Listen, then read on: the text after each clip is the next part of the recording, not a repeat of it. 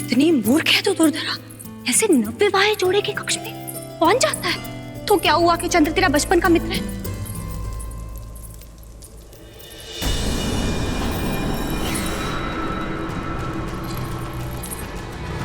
ये क्या है? नंदिनी तो उधर चंद्र के कक्ष में है, तो फिर ये दो नंदिनी।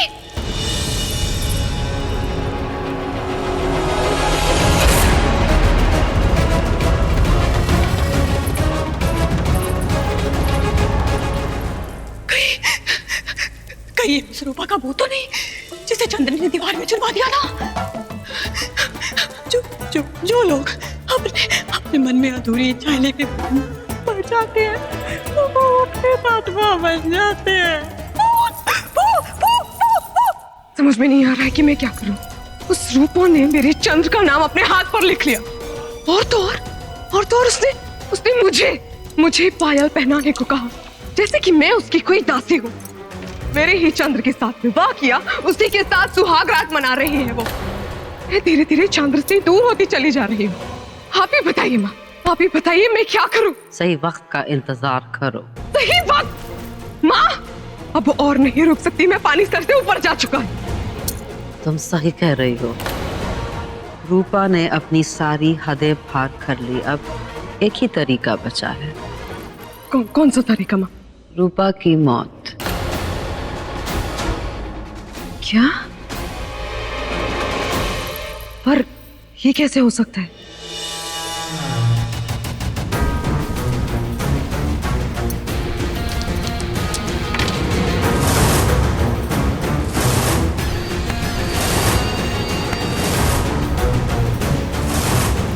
कमाल का दिमाग पाया है आपने।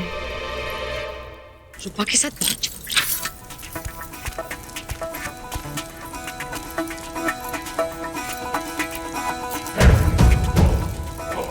मैं तुम्हारी सहायता करूं? नहीं, मैं स्वयं ही कर दूंगी।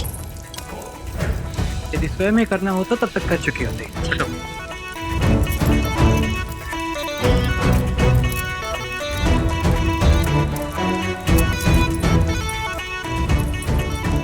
परंतु तुम यहाँ क्यों आए हो? मध्य रात्रि मेरे कक्ष में? जाओ ना, अपनी सुहागरात मनाओ। उस रूपा के साथ बहुत चिपक रहे थे ना? क्यों तुम्हें बुरा लगा कि मैं तुम्हारे निकट नहीं था? नहीं, मुझे बुरा कुछ नहीं लगा, परंतु मैं जानती हूँ कि तुम वो सब क्यों कर रहे थे। तो सत्य कहना नंदिनी, थोड़ा प्रभाव तो पड़ा होगा। नहीं, मैं क्यों प्रभावित होने लगी? देखो, तुम पहले मेरे प्रश्न का उत्तर दो। तुम मध्य रात्रि मेरे कक्ष में क्या कर रहे हो? जाओ ना, अपनी अर्धांगिनी के पास जाओ। अर्थात इसी कारण तो मैं आया हूँ नंदिनी। कहते हैं कि विवाह की पहली रात भी कोई पति और एक पत्नी को एक दूसरे के साथ होना चाहिए, तभी तो मैं आया हूँ सुहागरात मनाने। क्योंकि सत्य यही है नंदिनी कि चाहूं ना चाहूं मेरा विवाह तो एक प्रेतात्मा से हुआ है। देखो, तुम मुझे प्रेतात्मा बुलाना बंद कर दो। हाँ, तुम मुझे वानर कहना बंद कर दो, मैं तुम्हें प्रेतात्मा कहना बंद कर दूं, समझी? प्रेतात्मा।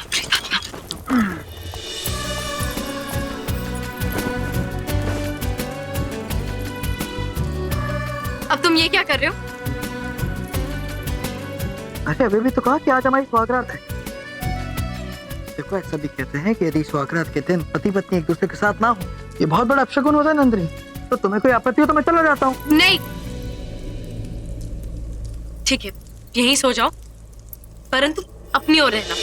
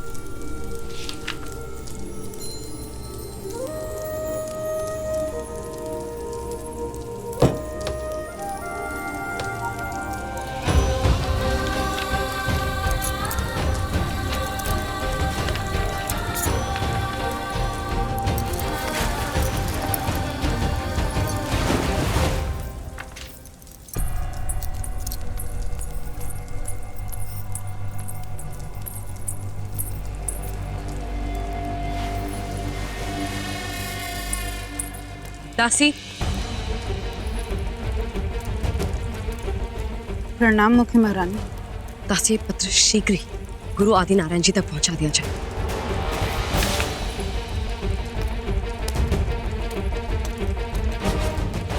रूपा, तुम मेरी बहरूपिया हो, आज ये सबके समक्ष आ जाएगा। अब केवल मुझे प्रतीक्षा है मेरे गुरुजी की, जिनसे मैंने शिक्षा ग्रहण किया है, जिन्होंने मुझे सर्वगुण संपन्न स्त्री बनाया है। परंतु इस विषय में तुम्हें कुछ भी ज्ञात नहीं। तुम तो उन्हें पहचान भी नहीं पाओगी, जिसके पश्चात तुम पकड़ी जाओगी और तुम्हारा रहस्य सबके समक्ष खुल जाएगा। क्या व्यर्थ की बातें कर रही हो? नंदिनी का भूत? हाँ, ऐसा हो ही नहीं सकता। अधिक धूम्रपान कर लिया तुमने। ये भूत भूत कुछ नहीं होता, केवल तुम्हारा भ्रम है। नहीं नहीं नहीं अम्मा, ये भावना ही है। हम भूतनी को टहलते हुए देखे। असंभव, हम नहीं मानते। आपको तो लगता है कि वो चंद्र के साथ फेरा भी भूतनी ले ली।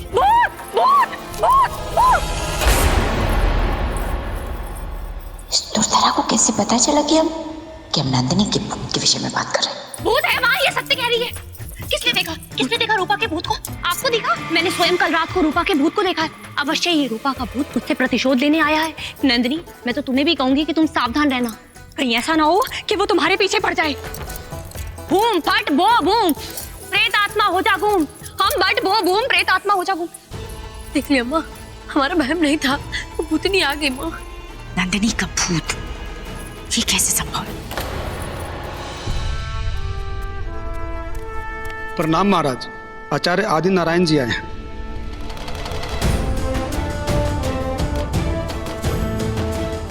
नहीं, इनके विषय में मैं कुछ नहीं जानता। उन्हें आदर और सत्कार के साथ उत्तर लाया जाए।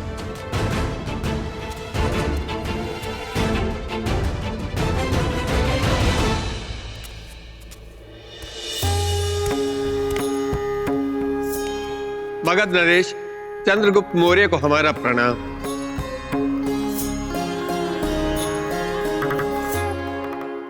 हम महारानी नंदिनी के गुरु हैं। हमने उन्हें शिक्षा दी है। आज हमें महारानी नंदिनी का पत्र मिला, इसीलिए हम उनसे मिलने चले आए। आप स्थान ग्रहण करें। जी।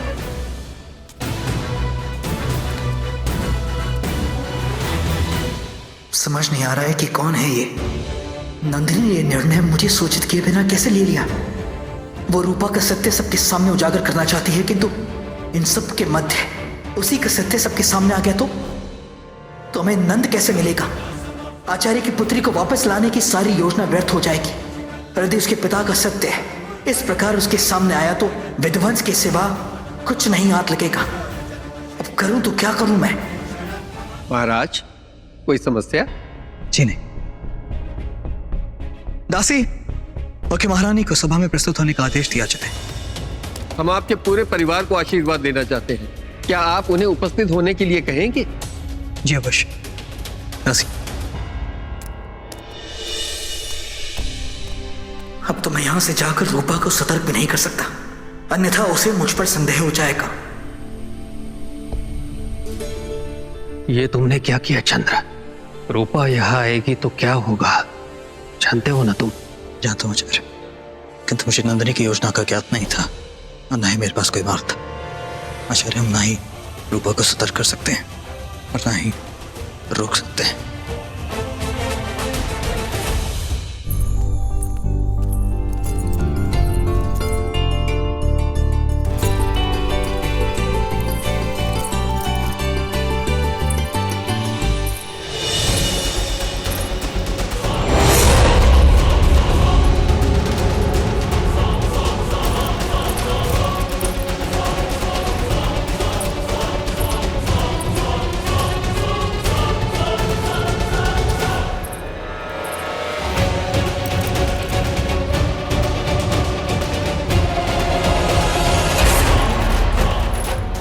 नंदिनी, देखो तुमसे मिलने कौन आया है, पहचाना तुमने?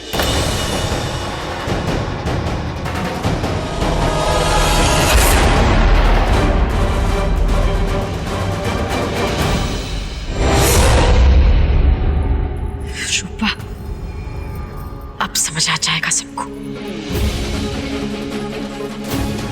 इन्हें मैं कैसे नहीं पहचान सकती हूँ माँ।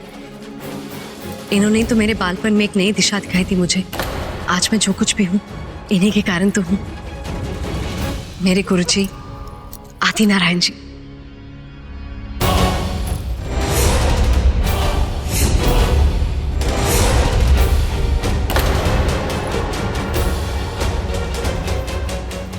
रूपा कैसे जानती है कि ये गुरुजी है? असंभव है ये, असंभव।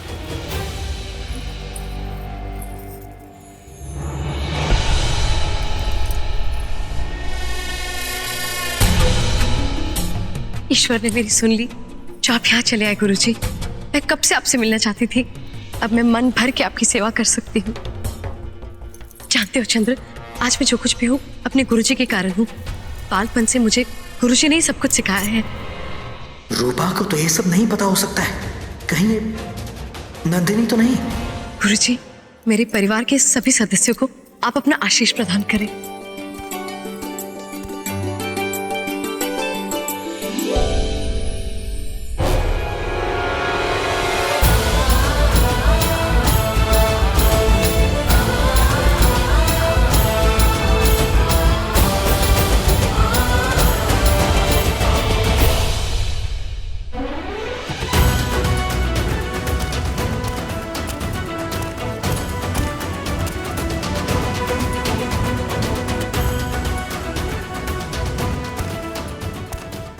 दासी, आचार्य श्री के लिए उनका कक्ष सज्ज किया जाए और उनके भोजन का प्रबंध किया जाए। चंद्र, गुरुजी के लिए भोजन मैं स्वयं ही पकाऊंगी।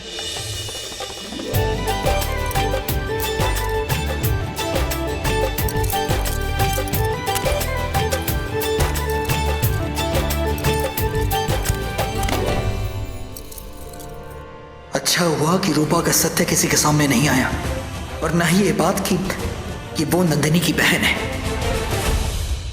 नंदिनी, तुम करना क्या चाहती थी? वही जो तुम्हें करना चाहिए था चंद्र। सुनहरा अवसर था हमारे पास रूपा का सत्य सबके समक्ष लाने का, परंतु तुमने क्या किया? तुमने उस अवसर को जाने दिया। मुझे तो ये समझ में नहीं आ रहा है कि उसने गुरुजी को पहचान कैसे लिया।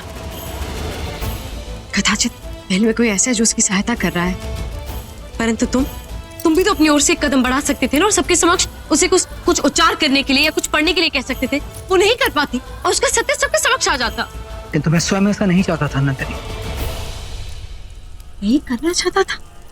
इसका क्या तात्पर्य है चंद्र? तात्पर्य ये है कि मैं केवल तुम्हें समझाने का प्रयास कर रहा हूँ कि कुछ भी करने से पूर्व तुम्हें मुझसे बात कर लेनी चाहिए थी।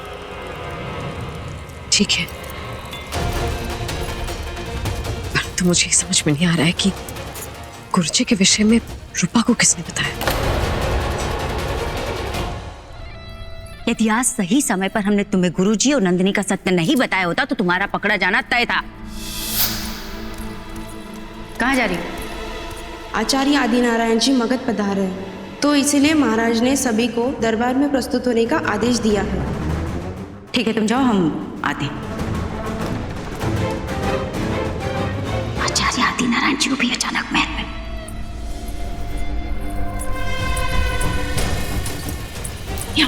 अरे अम्मा, का तू ना का करे को आग लगा है का? नहीं लगा है, लग जाएगा।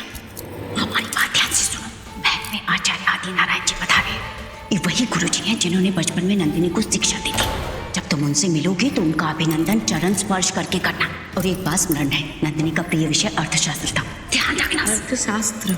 अर्थशास्त्र? अर्थशास्त्र। हाँ, तुम बिल्कुल नंदिनी की भांति व्यवहार करना, तनिक भी चुप नहीं होनी चाहिए। अरे अम्मा, तू जब तक हमारे साथ है तो चिंता की क्या बात है? चुप कर, हम कोनो भगवान नहीं है जो हर समय हर जगह तुम्हारे साथ रहेंगे, तुम्हारी रक्षा करेंगे, इसलिए सतर्क रहो।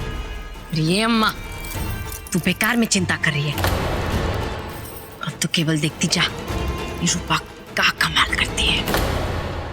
नंदिनी, अभी के लिए जानना आवश्यक नहीं है कि रूपा की सहायता कौन कर रहा है, और स्मरण रहे कि आज के पश्चात मुझे बताए बिना तुम कुछ नहीं करोगे। क्यों ना करूं मैं भला? मैं चाहती हूँ कि रूपा का ये सत्य सबके समक्ष शीघ्र से शीघ्र आ जाए। उसने मेरा रूप धारण कर महल में क्या कुछ नहीं कर रही है और क्या नहीं किया है उसने। मैं जानता हूँ नंदिनी, किंतु मैं जो करना चाहता हूँ वो तुम नहीं जानती हो।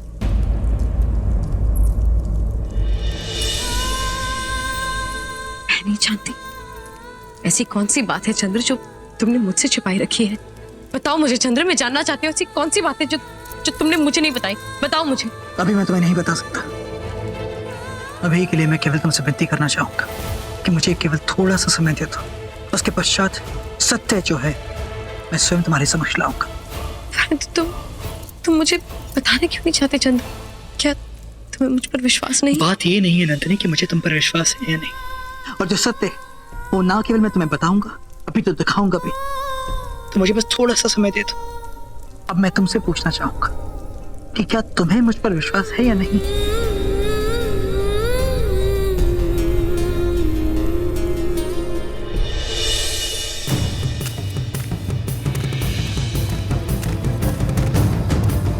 प्रणाम आचार्य, आपने इस बात की मुझे याद किया। इसे पढ़ो। जी। चाणक्य, मेरी सहनशीलता की सीमा पार हो रही है। यदि अगले 2 दिनों में मुझे मेरी नंदिनी ना मिली तो तुम्हें तुम्हारी पुत्री का मृत शरीर मिलेगा। परंतु बात तो 7 दिनों की हुई थी और अभी तो 5 दिन शेष।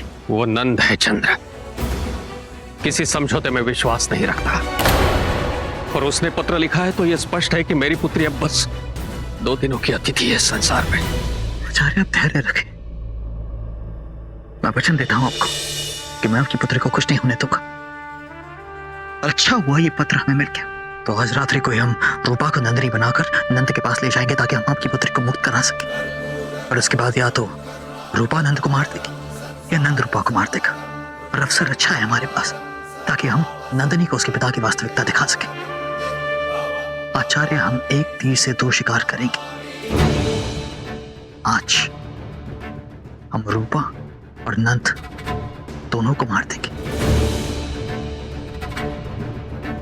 योजना अच्छी है तुम्हारी, परंतु इसके लिए रूपा को मनाओगे कैसे? वो आप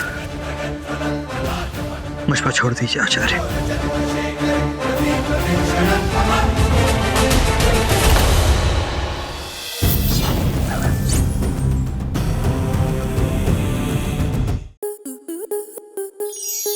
आपके मनोरंजन पर अब नहीं लगेगा कोई ब्रेक।